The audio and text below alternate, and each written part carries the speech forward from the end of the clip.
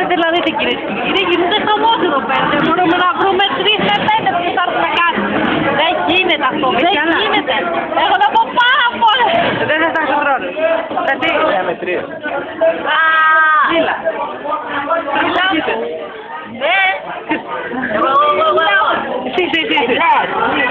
Παναγιώτη, κρύβεται. Γιώργο. Μίλη. Γιώργο. Αμότο, μίλα. Χριστόφορε.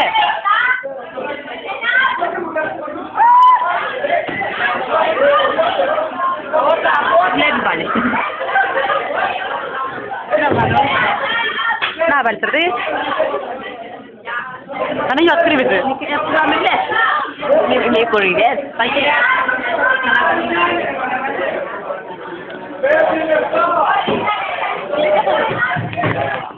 Τώρα, φωνάζω. Έλα, τώρα έχετε μπροστά.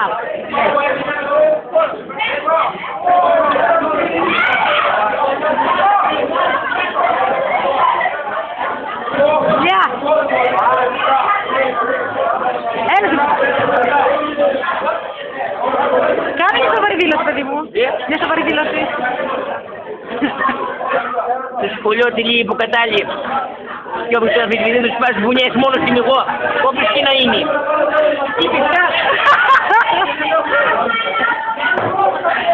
Ηλιά! Πάρε και το κουτσούμπι τώρα.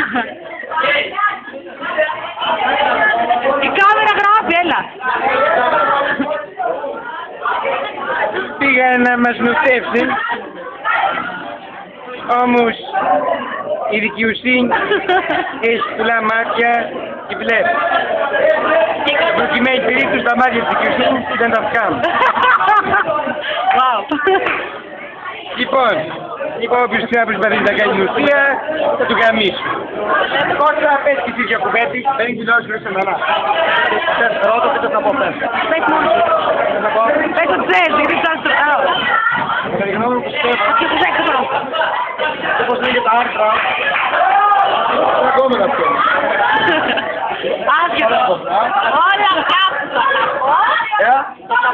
Θα τα πω όλα στην κάμερα. Σήμερα μαζί με την Ελγόσα έχουμε βάρια. Θα πω όλα στην κάμερα. Θα σου γαμίσει. Σήμερα εγώ και ο Στρατής θα είμαστε εδώ το βράδυ. Μαζί μας. Όλοι θα βγάλουν σε πάνω.